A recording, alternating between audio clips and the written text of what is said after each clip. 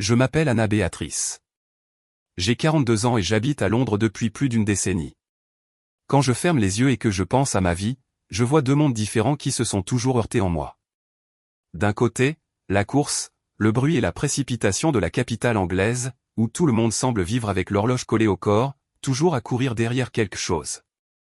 De l'autre, au fond de mon cœur, vivait un coin caché de nostalgie de mon enfance simple au Portugal, où j'ai grandi entre processions, chapelets récités en famille et l'odeur de l'encens qui imprégnait l'église de mon quartier. Je suis venu à Londres parce que je croyais qu'ici j'aurais de meilleures opportunités. Et en effet, j'ai obtenu un emploi stable.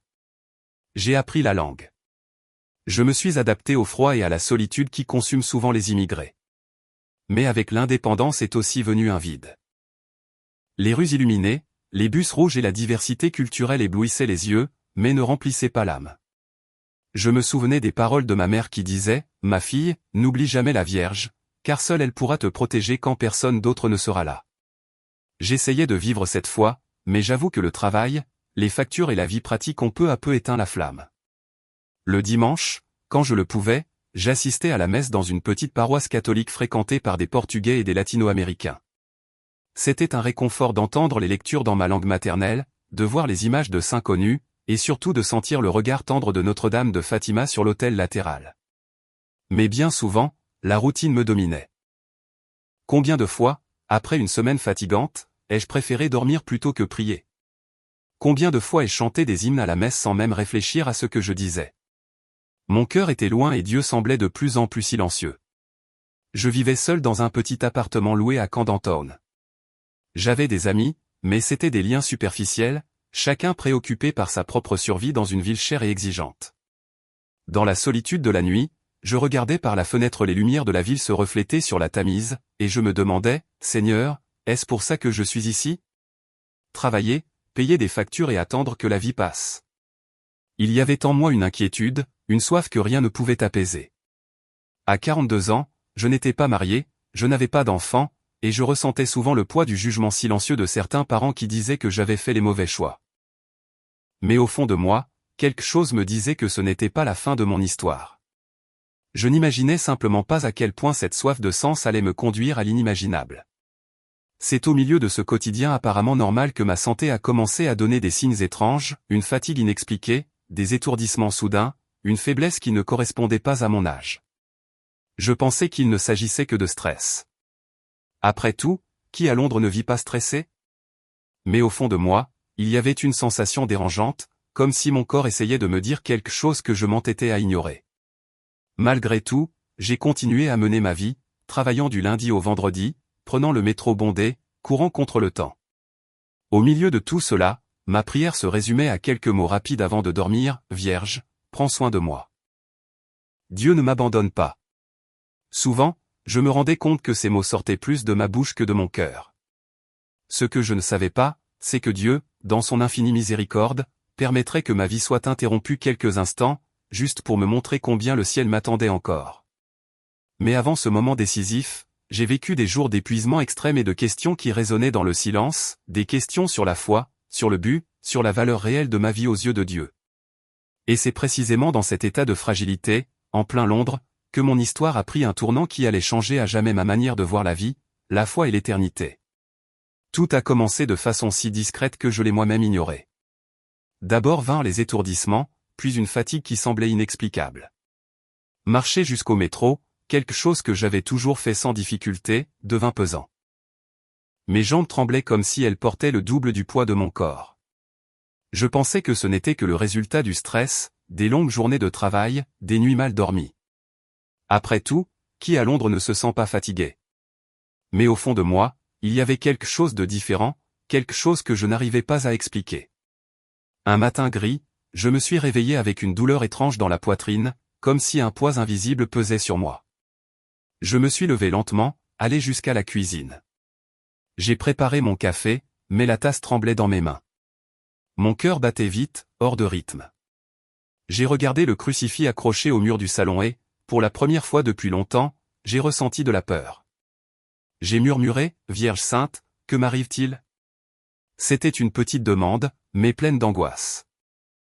Les jours suivants, les symptômes se sont aggravés.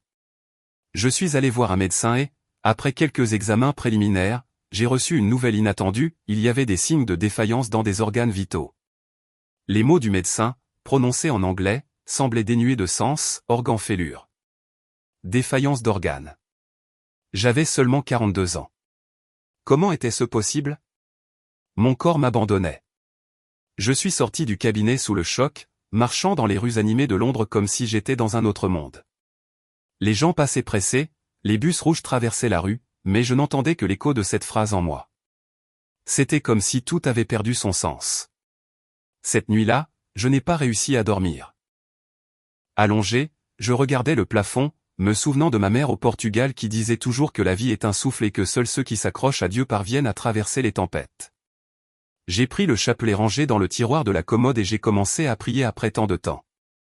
Chaque « Je vous salue », Marie était accompagnée de larmes silencieuses. J'avais honte d'avoir laissé ma foi s'endormir et peur de ne pas savoir ce qui m'attendait. Les jours suivants furent une succession d'allers-retours à l'hôpital. Plus d'examens, plus de médecins, plus de nouvelles qui semblaient me pousser vers un abîme. Moi qui avais toujours été forte, indépendante, habituée à tout résoudre seule, soudain j'étais fragile, dépendante de machines, de médicaments et de personnes que je ne connaissais même pas. Un soir, déjà hospitalisé, j'ai senti mes forces s'épuiser. Les lumières froides de l'hôpital m'agaçaient. Les sons des appareils résonnaient comme des marteaux dans ma tête. Dans le lit voisin, une dame priait doucement en espagnol.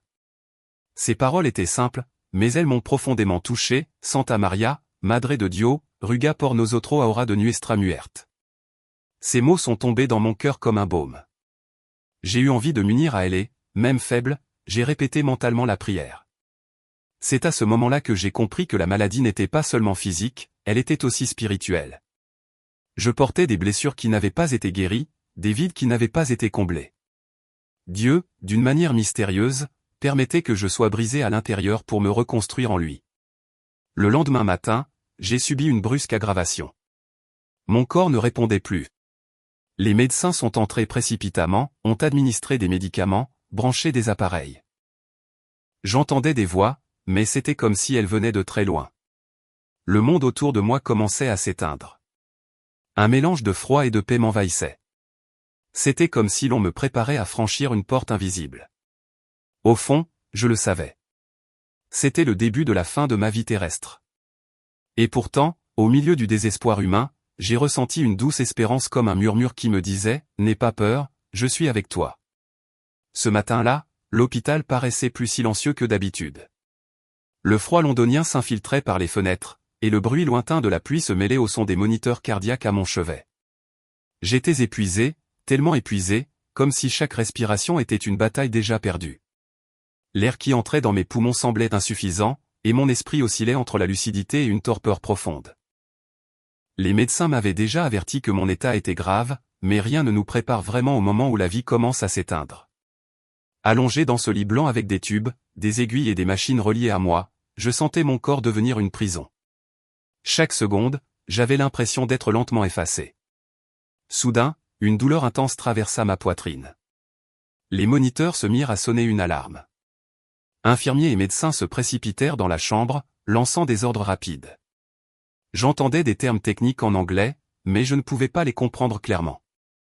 Je percevais seulement l'agitation, les mains pressant ma poitrine, les voix qui se chevauchaient, le poids du désespoir flottant dans l'air. Puis cela arriva. En un instant, tout ce vacarme disparut. Les cris, les alarmes, les mouvements, tout s'effaça dans un silence absolu. Je n'étais plus dans mon corps. Je me vis flotter au-dessus du lit, regardant vers le bas. Là, j'étais immobile, pâle, entouré de médecins qui luttaient pour me ramener à la vie. La scène me paralysa. Comment pouvais-je être à la fois dedans et dehors de moi-même? Il y avait une clarté étrange en ce moment. Je ressentais une légèreté indescriptible comme si j'avais été libéré d'un poids que j'avais porté pendant des années. Plus de douleur, plus de peur physique, seulement la conscience absolue qu'il se passait quelque chose de plus grand. Le temps semblait ne plus exister. En observant, je remarquais des détails que je n'oublierai jamais, la sueur sur le front d'un jeune médecin pratiquant un massage cardiaque, l'alarme dans les yeux d'une infirmière philippine qui murmurait doucement une prière, le son métallique des instruments préparés. Et pourtant, tout cela me paraissait lointain, comme si je n'appartenais plus à cette scène. Soudain, une ombre froide m'enveloppa. Ce n'était pas seulement l'absence de lumière, mais un silence profond qui semblait presque m'engloutir. J'eus peur. Pour la première fois, je compris que j'étais face au mystère de la mort. Il n'y avait pas de retour, pas de garantie. J'étais réellement au seuil entre la vie et l'éternité. Au milieu de cette obscurité, j'ai senti le cœur de mon âme crier. Ce n'était pas un cri avec des mots, mais un appel profond, « Marie, ne m'abandonne pas ». Ce fut la prière la plus sincère que j'ai jamais faite. Moi qui avais tant de fois chanté sans ressentir, prié sans croire, je clamais maintenant de tout mon être à la mère que ma propre mère m'avait toujours appris à aimer. Et ce fut à cet instant qu'il se produisit quelque chose d'extraordinaire. Une lumière douce mais puissante déchira l'obscurité. Ce n'était pas la lumière froide des projecteurs de l'hôpital, mais un éclat chaud, rempli de paix, semblant venir d'un horizon invisible. L'ombre se dissipa et, dans la lumière, une présence apparut. Je savais sans que personne ne me le dise. C'était le ciel qui s'approchait. La peur qui me paralysait commença à se dissoudre comme de la glace au soleil. Une paix que je ne peux décrire m'envahit. La sensation était celle d'être entouré de bras invisibles, d'être rappelé que je n'étais pas seul. Pendant ce temps, en bas, mon corps restait immobile, entouré par l'agitation des médecins, mais je ne faisais déjà plus partie de cette course désespérée. J'étais conduite vers un autre lieu, un espace où le temps et la douleur n'avaient plus de pouvoir. Ce fut dans ce moment de silence et de lumière que je compris, j'étais morte. Cliniquement, mon cœur s'était arrêté, mais mon âme vivait encore. Et ce qui allait se passer ensuite changerait à jamais ma manière de voir la vie, la foi et Dieu lui-même. La lumière grandissait comme si toute l'aurore tenait dans une seule respiration. Elle n'éblouissait pas, elle guérissait. Je flottais dans un silence si parfait qu'il semblait avoir un son, un chant sans notes, comme si le propre cœur de Dieu respirait près de moi. Ce fut alors que je l'aperçus. Au centre de cette clarté, une présence s'approchait avec des pas qui ne touchaient pas le sol. Il n'y avait pas de vent et pourtant son manteau ondulait comme une mer tranquille. Je la suivis avant même de voir. Le nom jaillit sans effort, Marie. Et lorsque ses yeux rencontrèrent les miens, je compris pourquoi les saints l'appellent. Ce n'était pas un titre, c'était un fait. Son amour ne venait pas de l'extérieur. Il me traversait, retrouvait ce qui était brisé et, en le touchant, le rendait entier.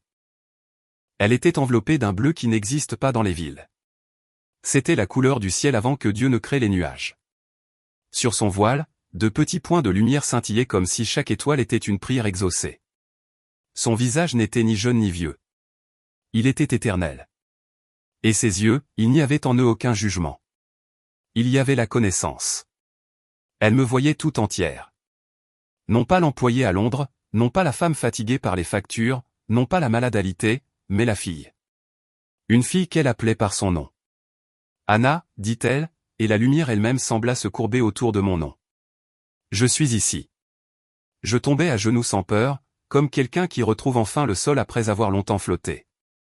Je sentis un léger parfum de rose, le même que ma mère disait sentir lors des processions de Fatima. Cet arôme me ramena à mon enfance, moi, petite, les mains jointes, récitant un « Je vous salue, Marie », trop pressée d'aller courir avec les autres enfants. Je souris et pleurai en même temps. Combien de fois avais-je chanté sans aimer? Combien de fois avais-je prié seulement du bout des lèvres? Je me suis éloigné, parvins-je à dire, avec une voix qui n'était pas voix mais pensée ouverte. J'ai chanté sans vivre. J'ai oublié Dieu à Londres. Elle inclina légèrement la tête. Ce geste simple que font les mères quand l'enfant confesse quelque chose de naïf et de douloureux. Il n'y avait pas de reproche, seulement la vérité. Ma fille, répondit-elle. Le Père ne t'a jamais oublié. Je t'ai suivi dans les matins froids du métro, les dimanches où tu as choisi le sommeil plutôt que la messe, dans les larmes cachées derrière le rideau. J'ai toujours été là. À chaque mot, une blessure en moi se refermait, non comme si l'on effaçait le passé, mais comme si on lui donnait un sens. Alors, je remarquai qu'il y avait derrière elle un chemin. Ce n'était pas une route, c'était un passage fait de lumière, comme si les béatitudes étaient devenues des pierres claires. De la montée un murmure de louanges. Simple, humble, vrai. C'était de la musique, mais je la reconnaissais plus comme une attitude que comme une mélodie. Viens, dit Marie. Je veux te montrer pourquoi tu as été conduite ici. Nous avançâmes, bien qu'il n'y eût pas de pas, et la lumière restait la même. C'était toujours le matin. À mesure que nous progressions, je voyais des scènes de ma vie comme des fenêtres ouvertes, moi serrant le chapelet puis le laissant dans un tiroir, moi disant « ça va » alors que j'étais brisé, moi chantant des hymnes avec un cœur vide. J'aurais voulu détourner le visage, honteuse, mais son regard me soutenait. « Rien de ce qui est offert à Dieu ne se perd, dit-elle. Même ta honte, lorsqu'elle est offerte, devient semence. » Nous nous arrêtâmes devant un espace vaste, comme une place faite de miséricorde. Au centre, une flamme silencieuse brûlait sans consumer. Tout autour, des voix élevaient des louanges qui n'avaient pas de virtuosité. Elles avaient la vérité. Et ce fut là que je compris que la musique du ciel ne se mesure pas en notes, mais en offrandes. « Entends-tu » demanda-t-elle. « Oui, j'entends. Ce sont les chants qui montent comme l'encens. Non parce qu'ils sont parfaits aux oreilles, mais parce qu'ils naissent de cœurs contrits, pauvres en esprit, assoiffés du Père. » Je sentis ma poitrine s'ouvrir comme une fenêtre au soleil. Je voulais rester là pour toujours, mais la mère me regarda avec une gravité douce, comme quelqu'un qui s'apprête à faire une annonce. « Anna, il y a aussi des chants qui ne montent pas. » Un souffle presque imperceptible parcourut le lieu. Ce n'était pas du froid, c'était un avertissement. Je sus qu'elle allait me parler de choses sérieuses, non pour me blesser, mais pour me sauver. « Il y a des hymnes que le Père ne veut pas entendre, » poursuivit-elle. Non parce qu'il déteste les chants, mais parce qu'il n'y reconnaît pas la vérité. Ce sont des voix qui cachent le pauvre, qui exaltent l'ego, qui transforment l'autel en scène et le frère en public. Ce sont des chants qui revêtent l'hypocrisie de la dévotion. Mon cœur trembla. Je pensais aux fois où j'avais cherché la bonne note pour bien paraître au lieu du vrai repentir. Les larmes vinrent sans que je les appelle. Alors, elle toucha du bout des doigts un point de ma poitrine, non pas la chair, mais l'âme. Et une paix profonde m'envahit. N'aie pas peur. Sa voix était rosée de rosée. Je ne te montre pas cela pour te condamner, mais pour t'envoyer. Je vais te révéler cet hymne que le Père ne veut pas entendre. Et pourquoi? Afin que lorsque tu reviendras, tu enseignes par ta vie qu'il désire le chant de l'humilité et de la charité. Je vais revenir, demandai-je, plus comme une supplique que comme un doute. Oui, ma fille. Et son sourire fut lumière sur la lumière. Tu reviendras avec une mission. À cet instant, je compris que mourir n'avait été que la porte. La rencontre était le chemin et la voie de Marie, ferme et tendre, serait la mesure guidant chacun des pas de mon retour. La place de miséricorde demeura silencieuse lorsque Marie leva la main. Autour de la flamme vivante, cette lueur s'allumèrent comme des lampes qui ne brûlaient pas. Je compris, sans qu'on m'explique, que chacune d'elles révélerait un hymne. Non pas une mélodie, mais une disposition du cœur. La mère me regarda avec une tendresse ferme. « Écoute, ma fille, voici les hymnes que le Père ne désire pas entendre. Non pas parce qu'il n'aime pas le chant, mais parce qu'il n'y reconnaît pas la vérité. L'hymne de la vanité. » Je vis un autel qui se transformait peu à peu en scène. Les micros poussaient comme des épées brillantes, et les yeux du peuple ne cherchaient plus la croix, mais le centre des lumières. Les mains se levaient non vers Dieu, mais vers elles-mêmes. Marie murmura, « Quand la louange s'achève dans celui qui chante, elle ne monte pas. Le Père accueille ce qui naît de l'humilité, du « regardez-le » et non du « regardez-moi » au point. » Une douleur traversa mon cœur. Combien de fois avais-je voulu paraître dévote sans l'être? L'hymne de l'hypocrisie. Apparut une bouche recouverte d'or, mais le cœur qui y était lié était de pierre. Les mots étaient beaux mais vides, et revenaient comme un écho. La mère dit, des lèvres qui disent Seigneur et des mains qui ferment la porte aux frères forment un chant qui se défait dans l'air. Le Père écoute la voix qui naît d'un cœur brisé et sincère. Je me souvenais des fois où j'avais chanté des paroles sans les laisser me convertir. L'hymne du mépris du pauvre.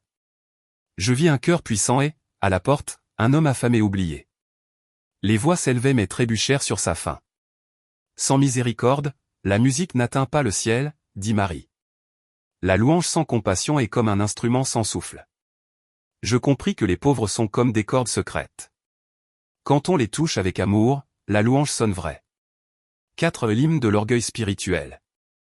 Apparut un homme en prière se comparant aux autres. Son vêtement semblait briller, mais au toucher, il était rugueux et blessait ceux qui s'approchaient. Quand la louange sert à juger, elle se transforme en accusation. Le Père se complaît dans le petit qui ne pointe pas du doigt, mais ouvre sa poitrine pour être guéri. Je me revis dans des temps de jugement silencieux camouflés en zèle. 5. L'hymne du commerce du sacré. La scène changea pour un marché. Des parfums de dévotion étaient vendus dans des flacons étiquetés et grâce. Les mots saints devenaient monnaie. La prière produisait, le miracle faisait vitrine. Marie parla doucement, mais ses paroles pesèrent en moi, celui qui transforme la maison de Dieu en vitrine de soi-même échange l'or contre de la fumée. Le Père est don, sa louange est gratuité. Une pudeur sacrée me couvrit. Dieu n'est pas une scène pour mes intérêts. Si c'est l'hymne de la non-réconciliation. Je vis des mains levées en adoration, mais enchaînées par des liens invisibles de rancune. La musique semblait crier pour la liberté, mais le cœur gardait des noms et des scènes comme des pierres. Celui qui loue sans pardonner chante contre lui-même, dit la mère. Avant le chant, offre le pardon. Avant l'autel, réconcilie-toi. Le Père reconnaît la louange qui naît d'une paix recherchée. Des visages surgirent dans ma mémoire, ceux que je devais pardonner et à qui je devais demander pardon. C'est l'hymne de l'indifférence. Enfin, je vis des gens chanter comme des horloges, des mesures parfaites, des cœurs endormis. La parole était proclamée mais non écoutée. La mélodie berçait mais ne mettait pas les pieds en marche. L'indifférence est le sommeil de l'amour, dit Marie. Là où il n'y a pas de désir de conversion, le chant pâlit. Le Père reçoit la louange qui devient obéissance au quotidien. Lorsque la 7e lueur s'éteignit, la flamme du centre sembla grandir et le silence devint promesse. Marie toucha ma poitrine du bout des doigts, un contact sans poids, mais qui traversa tout. Ne retiens pas seulement les noms, vis les antidotes, dit-elle avec une douceur grave. À la vanité, l'humilité, à l'hypocrisie, la vérité, au mépris, la charité, à l'orgueil, la petitesse, au commerce, la gratuité, à la rancune, le pardon, à l'indifférence, l'obéissance amoureuse. Et comment chanterai-je, mère, demandai-je, sentant les larmes monter. Avec ta vie, répondit-elle en souriant. Chante avec les mains qui servent, avec les lèvres qui demandent pardon, avec les pieds qui vont à la rencontre, avec l'agenda qui laisse place à Dieu, avec la bourse qui s'ouvre aux pauvres, avec la bouche qui se tait pour ne pas blesser. Le Père écoute ce que l'amour écrit dans ta journée. Les 7 lueurs devinrent 7 semences et reposèrent en moi. Je sus alors que si je revenais, il me faudrait transformer chaque geste ordinaire en hymne qui monte. La musique du ciel ne se mesure pas en notes, mais en offrande.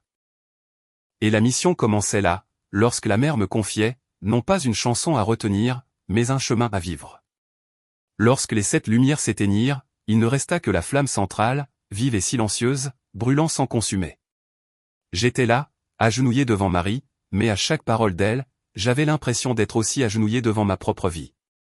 Les 7 hymnes interdits résonnaient en moi, non comme des théories lointaines, mais comme des miroirs révélant ce que j'avais essayé de cacher, même à moi-même.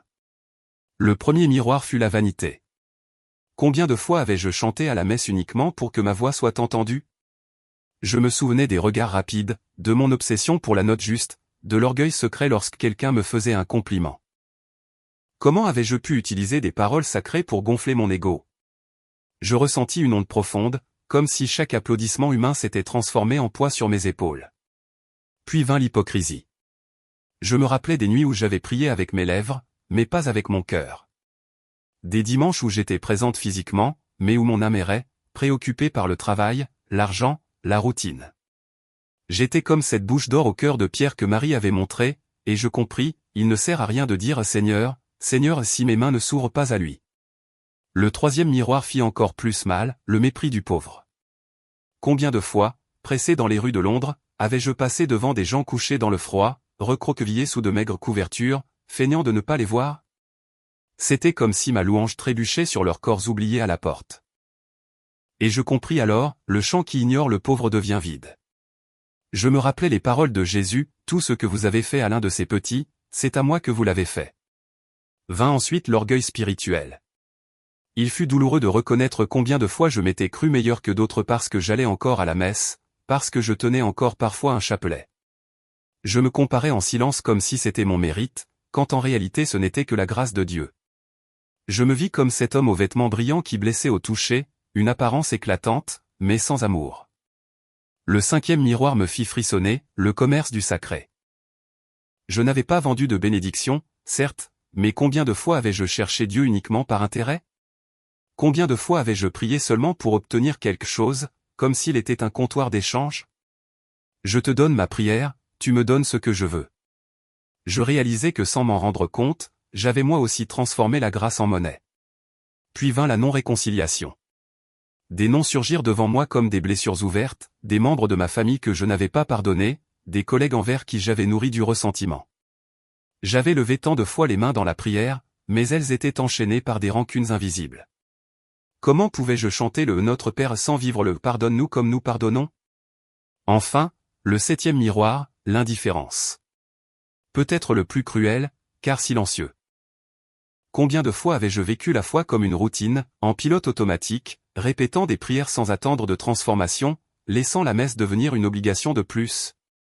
Je compris que l'indifférence était comme un sommeil de l'âme, me faisant chanter sans écouter, prier sans ressentir, vivre sans me convertir. Les larmes coulaient sans fin. C'était comme si chaque souvenir pesait des tonnes. Je voulais me cacher, mais le regard de Marie ne me le permettait pas, non pas parce qu'elle m'accusait, mais parce que sa tendresse m'empêchait de fuir la vérité. Et alors, je compris, le poids de la vérité n'était pas là pour m'écraser, mais pour me libérer. Ma fille, dit-elle, sa voix douce comme un vent de printemps. Quand l'homme reconnaît ses blessures, le ciel peut les guérir. Ne crains pas ce que tu vois, car le Père ne rejette pas le cœur contrit. Ces paroles entrèrent en moi comme un baume. Je sentis comme si chaque larme lavait la poussière accumulée pendant les années où je m'étais éloigné. Il était douloureux de regarder mon hypocrisie, mon orgueil, mon indifférence, mais en même temps, c'était libérateur. J'étais nu devant Dieu et pourtant aimé. Alors, quelque chose d'inattendu arriva. Je perçus que chacun des 7 hymnes interdits avait en moi une semence, mais que Marie m'avait déjà montré les antidotes. Et là, devant la mer, je pris la décision la plus sincère de ma vie. Je ne voulais plus chanter pour Dieu avec des lèvres closes et un cœur vide. Je voulais que toute ma vie soit l'hymne qui monte jusqu'à lui. À cet instant, le poids qui m'écrasait se transforma en légèreté. La flamme au centre brilla plus forte encore, et une paix profonde descendit sur moi. Je savais, la vérité fait mal, mais elle libère aussi. Après m'avoir montré les 7 hymnes interdits et m'avoir fait traverser le poids de la vérité, Marie me fixa de ce regard serein qui ne laisse aucun doute. Je sentis que le moment suivant serait décisif. J'étais encore sur la place de miséricorde, devant la flamme vivante, mais je savais que je n'y resterais pas pour toujours. Quelque chose me tirait en arrière et, en même temps, quelque chose m'envoyait en avant. Marie s'approcha davantage. Son manteau bleu effleurait le sol de lumière, et chacun de ses pas semblait écrire un mot d'amour dans l'espace. Lorsqu'elle s'arrêta devant moi, elle tendit la main et m'aida à me relever. J'étais fatigué de mes larmes, mais légère comme quelqu'un qui a enfin déposé un fardeau porté pendant des années. Ma fille, tu as entendu et vu ce que beaucoup n'entendent ni ne voient. Maintenant, tu dois décider. Décider, demandai-je d'une voix tremblante. Oui, la vérité, lorsqu'elle est révélée, exige une réponse. Tu peux retourner vers le Père maintenant, te reposer dans le sein de l'éternité, ou tu peux revenir sur la terre en portant ce message. Ce ne sera pas facile. Beaucoup douteront, se moqueront ou oublieront. Mais si tu acceptes, ta vie deviendra l'hymne que le Père désire entendre. Mon cœur s'emballa. Pendant un instant, je désirais rester. Qui ne voudrait pas demeurer dans cette paix absolue où il n'y a ni douleur, ni hâte, ni solitude? Mais aussitôt me vint l'image de Londres, ses rues froides, ses passants pressés, les pauvres oubliés sous les ponts, les fidèles distraits chantant sans vivre, les amis qui ne croyaient en rien. Je pensais à ma mère au Portugal qui répétait toujours que le plus grand don n'est pas de voir Marie, mais d'obéir à ce qu'elle demande. Si je reviens, comment saurais-je quoi faire, demandai-je, craintive. Marie sourit. Pas un sourire de promesse vide, mais un sourire de certitude. Tu ne seras pas seul, je serai avec toi. Récite le rosaire, vis la charité, chante avec ta vie. Tu n'as pas besoin de grands discours. Ta fidélité quotidienne sera ton témoignage. Chaque fois que tu renonceras à la vanité, à l'indifférence, à l'orgueil, tu chanteras l'hymne que le Père aime. Elle ouvrit alors les mains et, dans chacune, apparut une petite flamme. Elle toucha ma poitrine et je sentis le feu et la paix en même temps. Reçois, ma fille, la mission. Rappelle au monde que Dieu ne se laisse pas séduire par des voix accordées, mais par des cœurs convertis. Rappelle qu'il ne suffit pas de chanter. Il faut vivre. Les 7 hymnes interdits ne sont écrits dans aucun livre, mais dans le cœur qui se ferme.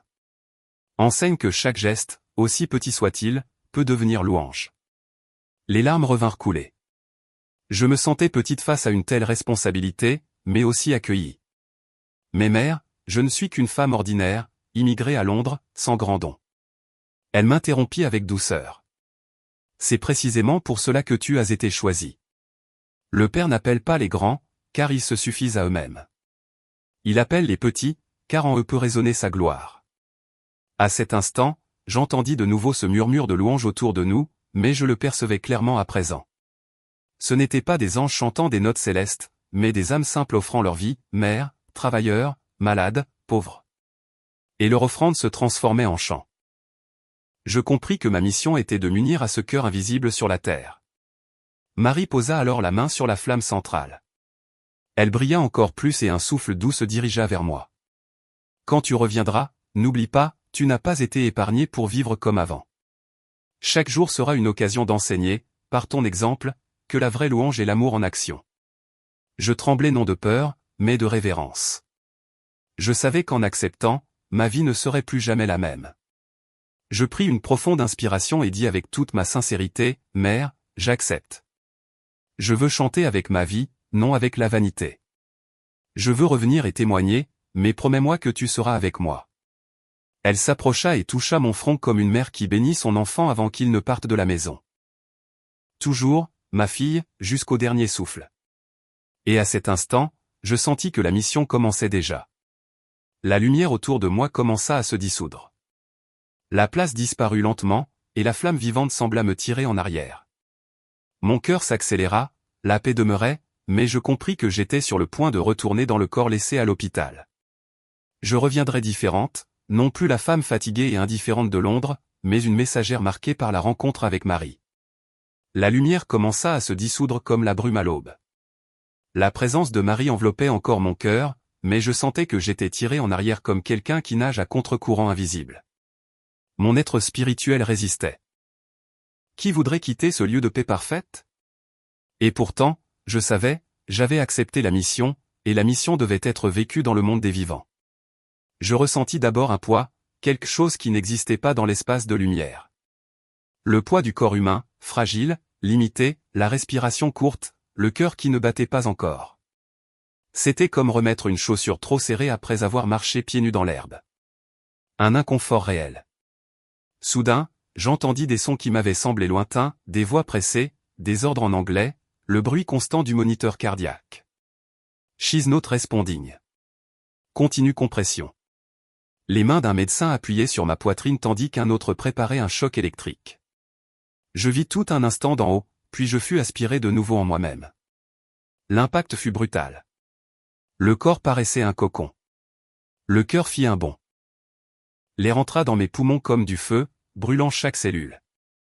J'ouvris la bouche pour chercher de l'oxygène et laisser échapper un gémissement qui fit reculer les médecins, stupéfaits. « She's back !» cria une infirmière, les larmes aux yeux. Le moniteur cardiaque se remit à biper régulièrement. Ce qui était mort maintenant battait. Les médecins se regardaient incrédules. Pour eux, c'était un miracle clinique. Pour moi, c'était un signe visible de la miséricorde de Dieu. Je restais immobile, simplement en respirant, essayant de comprendre. La salle tournait, la lumière blanche de l'hôpital blessait mes yeux. Mais au fond de moi brûlait encore la flamme que Marie avait déposée. Je savais que je n'étais plus la même. Une infirmière philippine, la même que j'avais vue prier en silence, prit ma main avec douceur. Elle murmura, « Gracia a Dio. Blessed Mother, thank you. » Un nœud me monta à la gorge. Je voulus répondre, mais ma voix ne sortit pas. Seules des larmes coulèrent sur mon visage.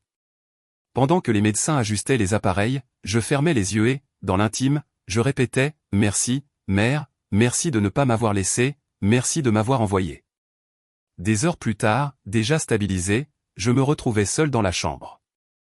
La ville continuait dehors. Des bus passaient, des sirènes lointaines retentissaient, une fine pluie tombait. Mais je savais qu'en moi, tout avait radicalement changé. La mort n'était plus une menace, mais un passage, et la vie ne pouvait plus être gaspillée. Je pensais aux 7 hymnes interdits.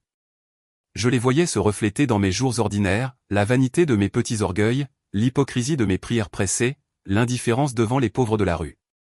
Tout cela pesait désormais non comme condamnation, mais comme mission. Je devais transformer chaque geste du quotidien en hymne vivant pour Dieu. Je me rappelais aussi les paroles de Marie, « Tu n'as pas été épargné pour vivre comme avant ». Cette phrase résonnait dans ma poitrine comme une cloche incessante. Je comprenais que je devais témoigner, même si beaucoup n'y croiraient pas, même si on se moquait. J'avais vu, entendu et ressenti, et rien ni personne ne pourrait effacer cela. Cette nuit-là, encore à l'hôpital, je rêvais de la lumière, non de toute la vision, mais d'un détail, le sourire de Marie. Je me réveillais en pleurant, mais c'était des larmes de gratitude. J'avais reçu une seconde chance, et je ne voulais pas la gaspiller. Les médecins vinrent me voir le lendemain. L'un d'eux secoua la tête, « Vous avez été cliniquement morte pendant plusieurs minutes. Nous ne savons pas comment vous êtes revenue. » Sincèrement, il n'y a pas d'explication. Je souris, encore faible. Je n'avais pas besoin d'explication. Le ciel avait déjà tout expliqué. Je sortis de l'hôpital une semaine plus tard. Je marchais lentement, un sac de médicaments à la main et un silence nouveau dedans. Le genre de silence qui n'est pas vide mais demeure. Londres restait Londres, le vent froid sur le visage, les bus rouges, les passants pressés.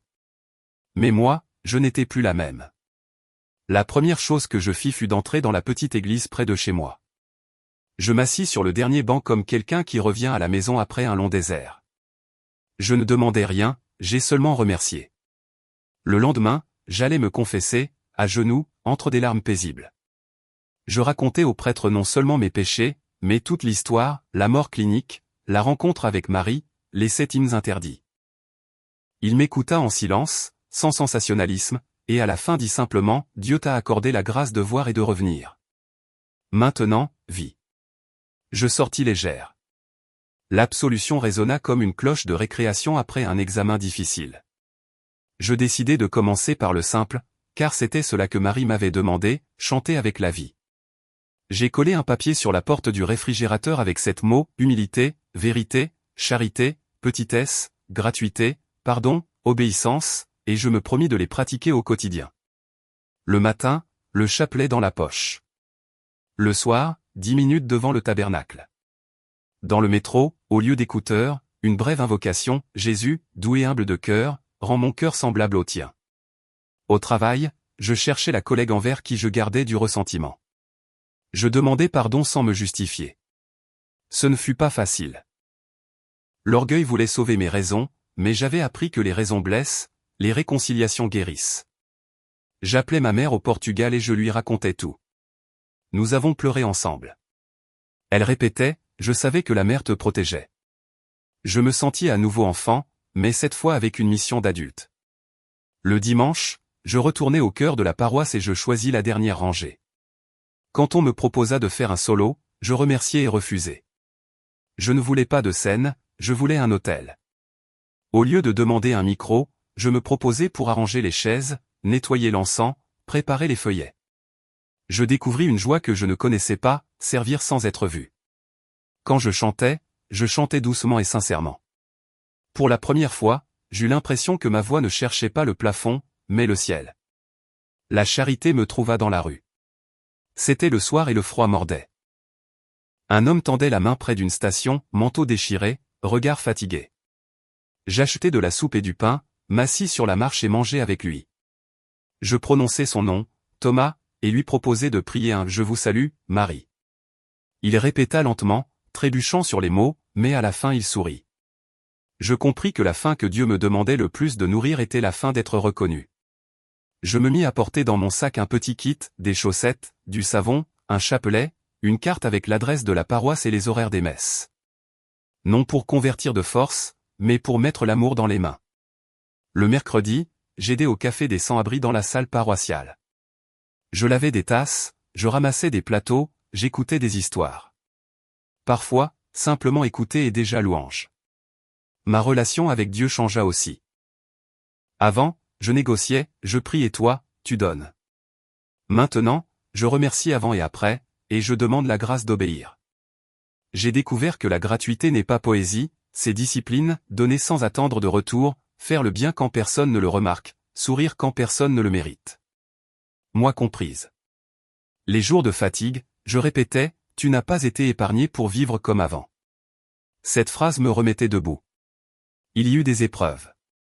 Certains riaient quand je racontais mon histoire à des amis. D'autres dirent que c'était une hallucination. Je ne discute pas. Je témoigne. Je dis ce que j'ai vu et je vis comme je crois. L'incrédulité des autres n'est pas mon poids.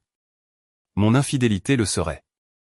Alors je reviens au simple, prier, servir, me réconcilier, me taire quand le silence aime plus qu'une bonne réponse. Un soir, mon cœur répétait un nouvel hymne. Beau, harmonieux, parfait. Au milieu de la musique, j'imaginais Marie disant, où est le pauvre dans ce chant? Je m'arrêtai, fermai les yeux et offris cette mélodie pour Thomas et pour tant d'autres sans nom. Je découvris que l'intercession transforme le son en sang. À la fin, une dame me dit, aujourd'hui, la musique m'a touché différemment. Je souris parce qu'aujourd'hui, elle était née d'une cuisine et d'une rue. Le plus grand changement pourtant se fit dans ma maison. J'éteignis les écrans, réduisis les bruits, fis place à la parole. Une Bible ouverte sur la table, une bougie allumée près d'une image de la Vierge.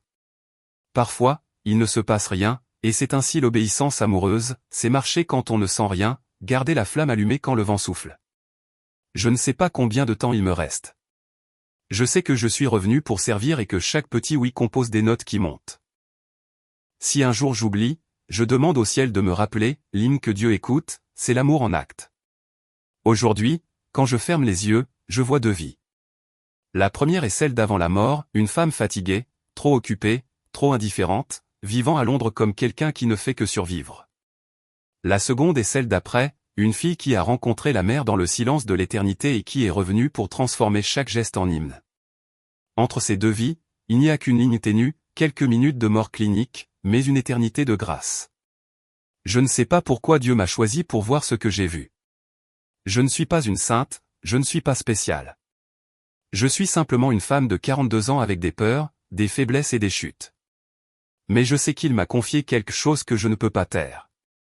Et c'est pourquoi aujourd'hui je témoigne, j'ai vu Marie. J'ai entendu de ses lèvres qu'il existe des chants que Dieu ne veut pas écouter, et j'ai appris que la vraie louange ne vient pas de la bouche, mais du cœur. C'est pourquoi lorsque je parle, je ne parle pas de théorie. Je raconte ce que j'ai vécu. J'étais morte. J'ai vu mon corps immobile. J'ai vu des médecins désespérés essayer de me ranimer. Et à cette limite, quand la peur paraissait plus grande que tout, j'ai crié vers la Vierge, et elle est venue. Marie m'a montré cet hymne interdit, vanité, hypocrisie, mépris du pauvre, orgueil spirituel, commerce du sacré, non-réconciliation et indifférence. Et elle m'a donné aussi les antidotes, humilité, vérité, charité, petitesse, gratuité, pardon et obéissance.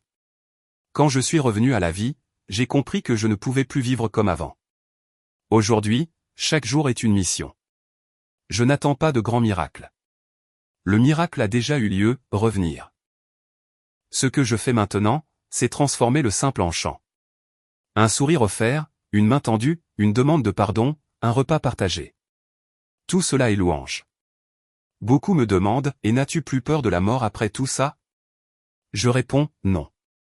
Ce que j'ai vu n'était pas une obscurité éternelle, mais une lumière qui guérit. La mort pour celui qui croit est un passage. Ce qui me fait peur maintenant, ce n'est pas de mourir, mais de mal vivre, de perdre l'occasion de transformer chaque instant en réponse d'amour. D'autres se moquent, c'était une hallucination, un rêve d'un cerveau mourant. Je souris, je ne discute pas parce que celui qui a goûté n'a pas besoin de convaincre. Il doit seulement témoigner. Et mon témoignage est celui-ci, la miséricorde est réelle, la mer est vivante, et Dieu entend la louange qui naît de l'amour. J'ai parlé dans de petites communautés, j'ai partagé dans des groupes de prière, et même des collègues de travail m'ont demandé de raconter l'expérience. Certains pleurent, d'autres se taisent. Je ne sais pas quel effet cela produit. Je sais seulement que mon rôle est de semer. Les semences, comme Marie me l'a montré, ne sont pas à moi, elles sont à lui. Parfois, en récitant le rosaire chez moi, je sens de nouveau le parfum de rose qui enveloppait ma rencontre avec Marie. C'est discret, mais suffisant pour me rappeler que je ne marche pas seul. D'autres fois, quand je chante doucement à la messe, je me souviens que l'important n'est pas l'accord de ma voix, mais la disposition de mon cœur. Aujourd'hui, en regardant en arrière, je comprends que la plus grande grâce n'a pas été de voir le ciel, mais de recevoir la mission de le vivre sur la terre. J'aurais pu rester dans la paix éternelle, mais je suis revenu pour la paix qui se construit jour après jour, entre douleur et joie, erreur et recommencement. Je suis revenu pour enseigner par ma propre vie que la vraie louange est d'aimer comme Jésus a aimé. Je sais qu'un jour je partirai à nouveau, cette fois définitivement. Quand ce moment viendra, j'espère ne pas emporter avec moi d'hymnes interdits. Je veux que toute ma vie soit un chant simple, peut-être sans mélodie, mais rempli d'amour. Je veux présenter au Père non pas des notes parfaites, mais des mains usées par le service, des yeux marqués par la compassion, des lèvres blessées d'avoir demandé pardon. Voici mon témoignage. Je suis morte, j'ai rencontré Marie, je suis revenue et, depuis, je ne vis plus pour chanter seulement avec ma bouche, mais avec ma vie. Et si aujourd'hui tu m'écoutes, je t'en prie, ne méprise pas ce message, car un jour nous serons tous devant le même choix, chanter pour soi ou chanter pour Dieu. Que nous choisissions ensemble la mélodie de l'humilité, de la vérité, de la charité, de la petitesse, de la gratuité, du pardon et de l'obéissance. C'est la chanson qui monte. C'est l'hymne que le ciel attend.